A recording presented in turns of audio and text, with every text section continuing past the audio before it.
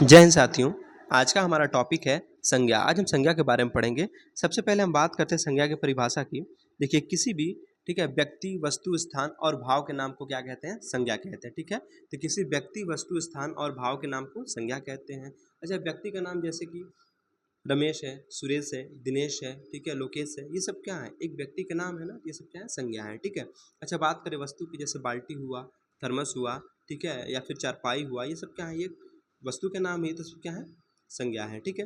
अच्छा, वैसे बात करें स्थान की, जैसे प्रयागराज, लखनऊ, गाजीपुर, आजमगढ़, बलिया, ये सब क्या है? एक स्थान के नाम को बता रहे हैं। ठीक है, ये सब क्या है? एक संज्ञा ही है।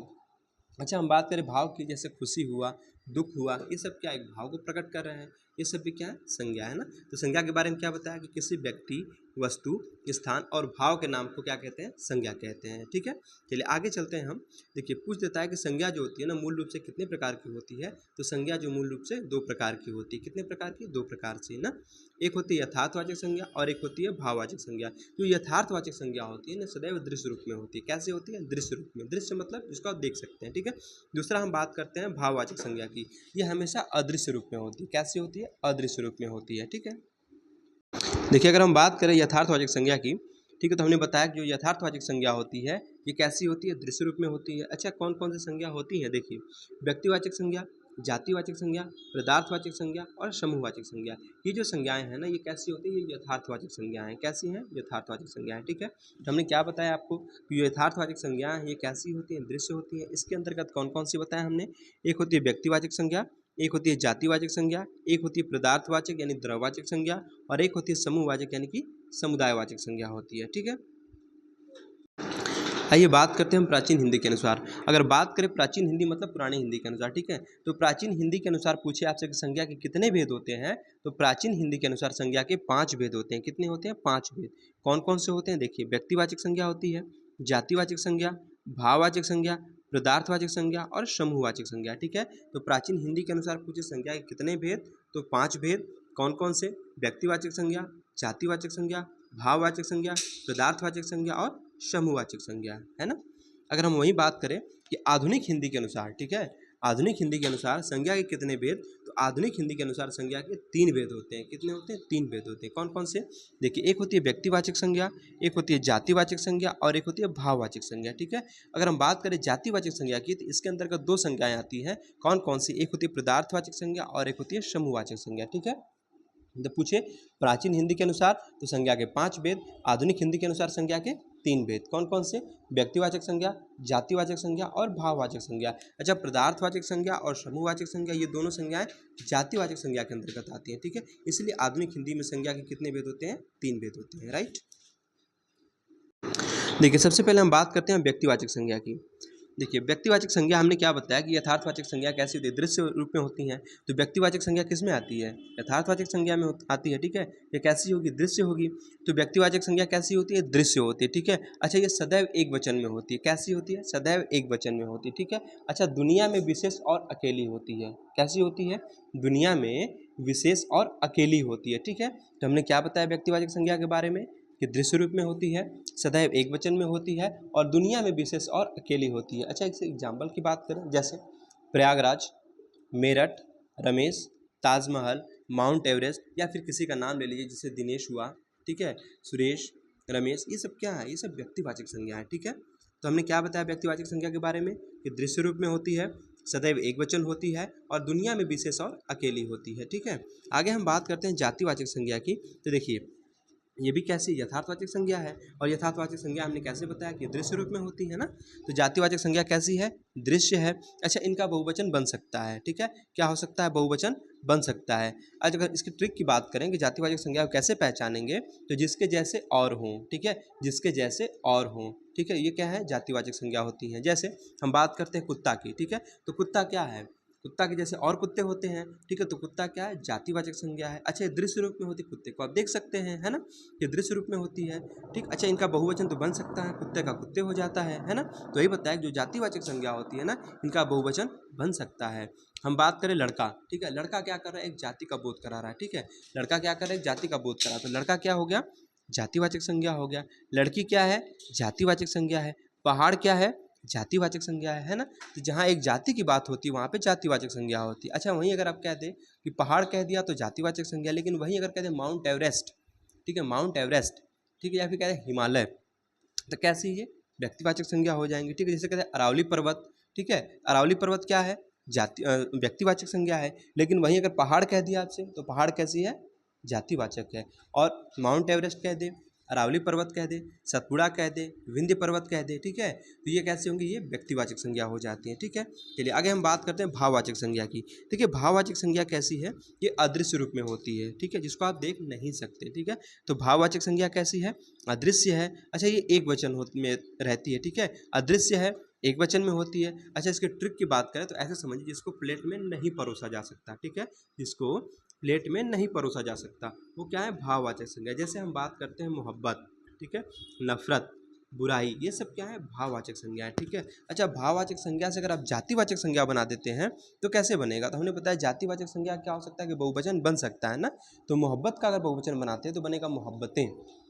अब जैसे ही बहुवचन बना तो क्या क्या हो गई, ये हो गई आपकी जातिवाचक संज्ञा। ठीक है, नफरत, नफरत का बहुवचन बनाए तो बनेगा नफरतें। ठीक है, तो ये कैसे होगी, ये जातिवाचक संज्ञा हो गई। ठीक है, बुराई से बनाइए बुराइयाँ, ये क्या हो गई, जातिवाचक हो गई। ठीक है, लेकिन आपकी मोहब्बत, नफरत और बुराई ये जो है ये कैसी है, भाववाचक संज्ञा है। ठीक है, सबसे पहले हम बात करेंगे अब व्यक्तिवाचक संज्ञा की, एक एक करके हम सबको पढ़ेंगे।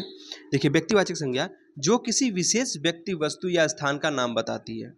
हमने क्या बताया कि जो किसी विशेष व्यक्ति, वस्तु या स्थान के नाम को बताती है वो उसे क्या कहते हैं, व्यक्तिवाचक संज्ञा कहते हैं। जैसे ताजमहल, ठीक है, ताजमहल, यमुना, ठीक है, गंगा और दिल्ली का लाल किला, ये सब क्या है, ये सब किसी के नाम को बता रहे हैं। ठीक है, तो हमने क्या बताया, जो किसी विशेष व्यक्ति, वस्तु या स्थान का नाम को बताती है ना, तो ये क्या हो गई, व्यक्तिवाचक संज्ञा होती है। ठीक है,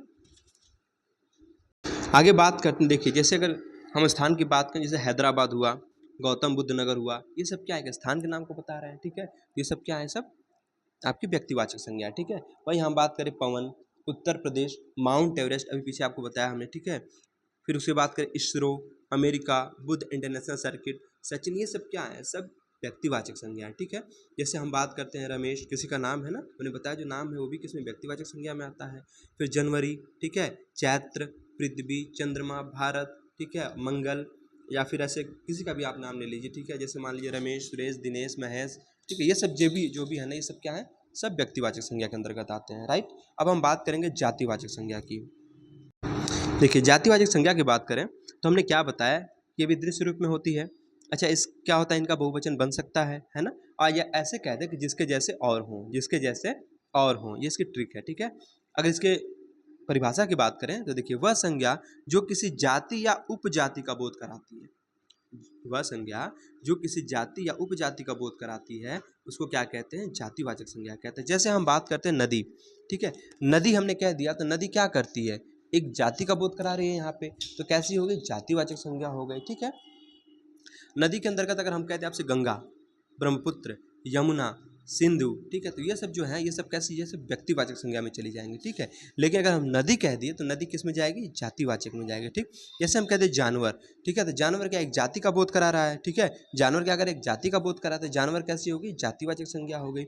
अध्यापक, ठीक है, अध्यापक, मंत्री, वकील, आम, चावल, सेब, लेखक, लैपटॉप, मोबाइल, डायरी, ये सब क्या है, सब जातिवाचक संज्ञा है। ठीक है, तो जातिवाचक के बारे में क्या बताया कि दृश्य रूप में होती है। ठीक है, बहुवचन बन सकता है और ये जिसके जैसे और हो। ठीक है, और हमने ये भी बताया कि वह संज्ञा जो किसी जाति या उपजाति का बोध कराए उसको क्या कहते हैं, जातिवाचक संज्ञा कहते हैं। अच्छा, सबसे बड़ा की पॉइंट ये है कि देखिए जो प्राकृतिक आपदा होती है ना, जैसे आपका बिजली हुआ, भूकंप हुआ, ज्वालामुखी हुआ, सुनामी हुआ, ये सब जातिवाचक संज्ञा के अंतर्गत आती है। ठीक है, किसके अंतर्गत आती हैं, जातिवाचक संज्ञा के अंतर्गत आती है। ठीक है, तो हमने क्या बताया आपको कि जो प्राकृतिक आपदाएं होती है ना वो किस में आती हैं, जातिवाचक संज्ञा के अंतर्गत आती है। जैसे हमने आपको बता दिया भूकंप आ गया, ठीक है, भूकंप, ज्वालामुखी, सुनामी, ठीक है, ये सब क्या है, ये सब प्राकृतिक घटनाएं हैं, ये सब किस में आएंगे, सब जातिवाचक के अंतर्गत आती हैं। अब हम बात करेंगे भाववाचक संज्ञा की। ठीक है, देखिए वह संज्ञा जो भाव, गुण, दोष, अवस्था आदि को दर्शाती है। ठीक है, हमने क्या बताया कि वह संज्ञा, ठीक है, वह संज्ञा जो भाव, गुण, दोष, अवस्था इत्यादि को दर्शाती है उसे क्या कहते हैं, भाववाचक संज्ञा कहते हैं। ठीक है, अच्छा, ये कैसी होती है, अदृश्य रूप में होती है और एक वचन में होती है। ट्रिक क्या बताया कि इसको प्लेट में नहीं परोसा जा सकता। जैसे हम बात करते हैं भाव, ठीक है, भाव क्या होता है, जैसे मान लीजिए खुशी एक भाव है ना, दुख क्या है एक भाव है ना, उदासी, प्रेम, क्रोध, ये सब क्या है एक भाव है, ठीक है। तो ये एक भाव को दर्शा रहे थे, कैसे ये सब भाववाचक संज्ञा के उदाहरण है, ठीक है। वही हम बात करें गुण की, जैसे ईमानदारी, ठीक है, ईमानदारी क्या एक गुण है ना। परिश्रम ये भी क्या है गुण है। अच्छाई, प्यास, भूख, ये सब क्या है सब एक गुण है। तो ये सब क्या है भाववाचक संज्ञा के अंतर्गत आएंगे। अगर दोष की बात करें, ठीक, जैसे बात करें बेईमानी, ठीक है, बेईमानी, बुराई, ये सब क्या है एक दोष है, ठीक है। तो ये सब क्या है भाववाचक है। अगर हम बात करें अवस्था, जैसे यौवन, बुढ़ापा, बचपन, बाल्यावस्था, शैशवावस्था, ये सब क्या है सब भाववाचक संज्ञा के उदाहरण है, ठीक है। वहीं अगर हम बात करें जैसे इसके और एग्जाम्पल की, तो देखिए दिया है सजावट, बनावट, वीरता, गुस्सा, क्रोध, साहस, गरीबी, जवानी, दूरी, पढ़ाई, मोहब्बत, नफरत, ये सब क्या है सब एक भाव को प्रदर्शित कर रहे हैं ना। तो ये सब क्या हो गई सब भाववाचक संज्ञा हो गई, ठीक है। आगे बात करते हैं द्रव्यवाचक संज्ञा की, ठीक है। देखिए द्रव्यवाचक संज्ञा क्या होती हैं। अगर हम बात करें इनकी, तो देखिए वे संज्ञा जो किसी द्रव्य का बोध कराती हैं, ठीक है, जो क्या करती हैं किसी द्रव्य का बोध कराती हैं, वो द्रव्यवाचक संज्ञा होते हैं। जैसे हम बात करें खाने पीने की चीज़ें, ठीक है, खाने पीने की चीज़ें, जैसे हम बात करते हैं तेल, तो तेल क्या है एक द्रव्य है, ठीक है। पानी, दूध, घी, ये सब क्या है सब द्रव्यवाचक संज्ञा के अंतर्गत आएंगी। और वहीं हम बात करते हैं खनिज और धातु की, ठीक है, जैसे लोहा, सोना, चांदी, ये सब क्या है ये द्रव्यवाचक संज्ञा है, ठीक है। अच्छा अगर इनकी हम ट्रिक की बात करें, देखिए द्रव्यवाचक संज्ञा की, तो जिनकी गिनती ना हो सके, ठीक है, जिनकी गिनती ना हो सके। अब देखिए जो पदार्थ होते हैं, ठीक है, जैसे मान लीजिए तेल है, पानी है, दूध है, घी है, इनका आप गिनती थोड़ी ना कर सकते, इनको आप माप तोल के लाते हैं, है ना, इनकी गिनती नहीं हो सकती। तो ये सब क्या है सब द्रव्यवाचक संज्ञा होती हैं, ठीक है। आगे हम बात करते हैं अब समूहवाचक संज्ञा की, ठीक है। देखिए जिनकी गिनती की जा सके, जिनकी गिनती की जा सकती है ना, और जिनकी गिनती नहीं की जा सकती उनको हम बताएं वो द्रव्यवाचक संज्ञाएं होती हैं। लेकिन जिनकी गिनती की जा सकती है वो समूहवाचक संज्ञाएं होती है, ठीक है। या ऐसे कह सकते हैं जो एक समूह का बोध कराए, भाई समूहवाचक संज्ञा तो वही होगी ना जो एक समूह का बोध कराए। जैसे हम बात करें व्यक्तियों के समूह, ये यहाँ से बहुत ज़्यादा क्वेश्चन बनते हैं। जैसे बात करते हैं भीड़, ठीक है, तो भीड़ क्या है आपकी, भीड़ एक समूहवाचक संज्ञा है, क्या है समूहवाचक संज्ञा है, ठीक है। संगठन क्या है एक समूहवाचक संज्ञा है। गिरोह, सभा, परिवार, दल, कक्षा, संसद, पुलिस, पुलिस तो बहुत बार पूछा जाता है, पुलिस कैसे समूहवाचक संज्ञा है, ठीक है। सभा कैसी समूहवाचक संज्ञा है। आर्मी कैसी समूहवाचक संज्ञा है। सेना समूहवाचक संज्ञा है, ठीक है। तो ये सब क्या है सब समूहवाचक संज्ञा है, ठीक है। वही हम बात करें वस्तुओं का समूह, जैसे गुच्छा और कुंज, कुंज तो कई बार पूछा गया है, ठीक है। तो ये सब क्या है सब समूहवाचक संज्ञा है। तो समूहवाचक संज्ञा के बारे में क्या बताया कि जिनकी गिनती की जा सकती है ना, या ऐसे कह सकते हैं जो एक समूह का बोध कराती हैं। वही हमने बताया जो व्यक्तियों का समूह होता है, जैसे भीड़ व्यक्तियों की समूह होती है ना भीड़, ठीक है। या संगठन व्यक्तियों का समूह होता है संगठन। गिरोह, सभा, परिवार, दल, कक्षा, संसद, पुलिस, आर्मी, सेना, ये सब जो उदाहरण है ये सब समूहवाचक संज्ञा के उदाहरण है, ठीक है। वही हम बात करते हैं वस्तुओं का समूह, वस्तुओं का भी तो जैसे व्यक्तियों का समूह होता है वैसे वस्तुओं का भी समूह होता है ना। तो वस्तुओं का समूह जैसे गुच्छा, कुंज, ठीक है, ये सब क्या है ये सब समूहवाचक संज्ञा के अंतर्गत आते हैं। अब हम बात करेंगे साथियों कि भाववाचक संज्ञा का निर्माण। ये तो बहुत बार जनरली क्वेश्चन पूछ चुका है कि भाववाचक संज्ञाओं का निर्माण कितनी प्रकार से होता है, ठीक है। तो भाववाचक संज्ञा का जो निर्माण है ना साथियों, ये 5 प्रकार से होता है। कितने प्रकार से होता है 5 प्रकार से होता है। आइए देखते हैं कौन कौन से हैं 5 प्रकार। हमने क्या बताया आपको कि भाववाचक संज्ञा का निर्माण, ठीक है। तो भाववाचक संज्ञा का निर्माण कितने प्रकार से होता है 5 प्रकार से। कौन कौन से वो 5 प्रकार हैं देखिए, विशेषण से भी हम भाववाचक संज्ञा का निर्माण कर सकते हैं, ठीक है। क्रिया से भी कर सकते हैं, फिर जातिवाचक संज्ञा से भी कर सकते हैं, सर्वनाम से भी कर सकते हैं और अव्यय से भी कर सकते हैं, ठीक है। तो इन 5 चीज़ों से क्या होता है कि भाववाचक संज्ञा का निर्माण होता है, ठीक है। तो भाववाचक संज्ञा का निर्माण पूछ दे कितने प्रकार से होता है 5 प्रकार से होता है। ऐसे ही पूछे कि निम्न में से कौन सा ऐसा जिससे भाववाचक संज्ञा का निर्माण नहीं होता है, तो 4 ऑप्शन तो सही, 3 ऑप्शन सही होगा, एक ऑप्शन आपको गलत दिया होगा, उसको ही पहचानना होता है, ठीक है। तो वही हमने बताया आपको कि भाववाचक संज्ञा का निर्माण 5 प्रकार से किस किस से होता है, विशेषण से। अच्छा विशेषण क्या होता है आगे बताएंगे। विशेषण क्या होता है जो संज्ञा सर्वनाम की विशेषता को बताता है, ठीक है, उसे विशेषण कहते हैं, ठीक है। तो विशेषण से भी हो सकता है, क्रिया से भी हो सकता है, जातिवाचक संज्ञा से भी हो सकता है, सर्वनाम से भी हो सकता है और अव्यय से भी हो सकता है, ठीक है। तो भाववाचक संज्ञा का निर्माण 5 प्रकार से होता है, ठीक है। सबसे पहले हम बात करते हैं भाववाचक जो संज्ञा है इसका निर्माण, ठीक है। सबसे पहले हमने बताया 5 प्रकार से होता है, तो सबसे पहले हम बात करेंगे विशेषण से। तो हम बात करते हैं कि विशेषण से भाववाचक संज्ञा का निर्माण कैसे होता है, ठीक है। तो देखिए हम बात करते हैं कुटिल। कुटिल क्या एक है विशेषण है, इससे अगर भाववाचक संज्ञा बनाते हैं आप तो हो जाता है कुटिलता। क्या हो जाता है कुटिलता। सरल क्या है एक विशेषण है, सरल से अगर आप भाववाचक संज्ञा बनाएंगे तो होगा सरलता। युवा क्या है एक विशेषण है ना, विशेषण है, तो युवा से क्या बन जाएगा, यौवन, तो यौवन क्या हो गया, भाववाचक संज्ञा हो गई। ऊंचा क्या है, एक विशेषण है, ऊंचा से अगर आप भाववाचक संज्ञा बनाएंगे तो बनेगा ऊंचाई। लंबा क्या है, एक विशेषण है, ठीक है, लंबा से अगर आप भाववाचक संज्ञा बनाते हैं तो बनेगा लंबाई। बूढ़ा क्या है, भाववाचक संज्ञा है, बूढ़ा से बूढ़ा क्या है, एक विशेषण है, ठीक है, बूढ़ा से अगर आप भाववाचक संज्ञा बनाएंगे तो क्या बनेगा, बुढ़ापा। वीर क्या है, एक वीर आपका विशेषण है, ठीक है, वीर से अगर आप भाववाचक संज्ञा बनाते हैं तो बनेगा वीरता। अमीर क्या है, अमीर एक विशेषण है, ठीक है, अगर अमीर से आप भाववाचक संज्ञा बनाएंगे तो क्या बनेगा, अमीरी बनेगा, ठीक है। तो कुटिल से क्या बताया, कुटिलता बना। सरल से सरलता, युवा से यौवन, ऊंचा से ऊंचाई, लंबा से लंबाई, बूढ़ा से बुढ़ापा, वीर से वीरता, अमीर से अमीरी, ठीक है। तो विशेषण से हमने क्या बताया आपको, भाववाचक संज्ञा का निर्माण ऐसे होता है, ठीक है। कुछ और एग्जाम्पल से देख लीजिए, जैसे शांत, शांत क्या है, विशेषण है, हा? शांत से अगर आप बनाइए भाववाचक संज्ञा तो बनेगा शांति। रोगी, रोगी से क्या बनेगा, रोग। ठंडा विशेषण है ना, आप इससे भाववाचक संज्ञा बनाइए तो बनेगा ठंडक। भूखा से भूख, पीला से पीलापन, विद्वान से विद्वता, और स्वस्थ से स्वास्थ्य, ठीक है। तो स्वस्थ क्या है, एक आपका विशेषण है, ठीक है, स्वस्थ क्या है, विशेषण है, तो स्वस्थ से अगर आप भाववाचक संज्ञा बनाएंगे तो बनेगा स्वास्थ्य, क्या बनेगा, स्वास्थ्य, है ना। आगे हम बात करते हैं, अब देखिए विशेषण से हमने बता दिया कैसे भाववाचक संज्ञा बनती है।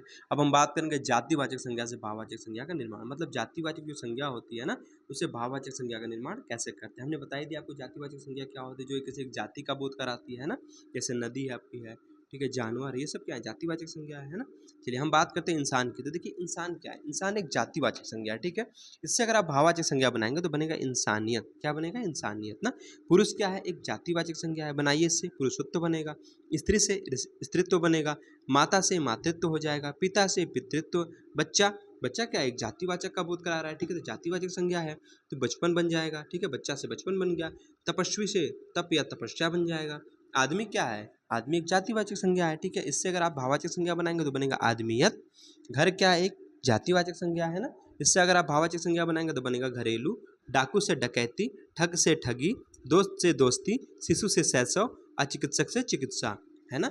अच्छा अगर पूछ दे आपसे नेता, तो नेता क्या है, एक जातिवाचक संज्ञा है ना, एक जाति का बोध करा रहा है। लेकिन वहीं अगर भाववाचक संज्ञा बनाएंगे तो बनेगा नेतृत्व। वहीं ब्रह्मचारी की बात करें, ठीक है, तो ब्रह्मचारी क्या एक जातिवाचक संज्ञा है, लेकिन इससे अगर भाववाचक संज्ञा बनाएंगे तो बनेगा ब्रह्मचर्य, क्या बनेगा, ब्रह्मचर्य, है ना। आगे बात करते हैं हम क्रिया से भाववाचक संज्ञा का निर्माण। क्रिया से भाववाचक संज्ञा का निर्माण कैसे करते हैं। सबसे पहले बात हम ये समझते हैं क्रिया होती क्या है ना, तो जो किसी कार्य के होने का बोध कराए, जो किसी कार्य के होने का बोध कराए उसे क्रिया कहते हैं, ठीक है। अगर हम बात करते हैं क्रिया का निर्माण, जैसे मूल धातु में ना प्रत्यय जोड़ देंगे तो क्रिया का निर्माण हो जाता है। जैसे जा क्या है, ठीक है, जा हमारा क्या है, एक मूल धातु, इसमें आपको ना प्रत्यय जोड़ दीजिए तो बन गया जाना, तो जाना क्या है, क्रिया हो गई, है ना। जैसे हम बात करते हैं आगे क्रिया का निर्माण अगर आप करते हैं, जैसे मान के चलिए क्रिया एक है आपका सोना, ठीक है, तो सो क्या है, मूल धातु, उसमें ना प्रत्यय जोड़ दीजिए आप तो बन गया सोना, तो सोना क्या है, क्रिया हो गई, है ना। चलिए आगे हम बात करते हैं अब क्रिया से भाववाचक संज्ञा कैसे बनाए। देखिए उड़ना, उड़ना, ठीक है, उड़ना में अगर हमसे पूछे कि मूल धातु क्या है, तो उड़ना में उड़ क्या है, मूल धातु, उसमें हमने ना प्रत्यय जोड़ के क्या बना दिया, क्रिया बना दिया, ठीक है। तो उड़ना क्या है, एक क्रिया है।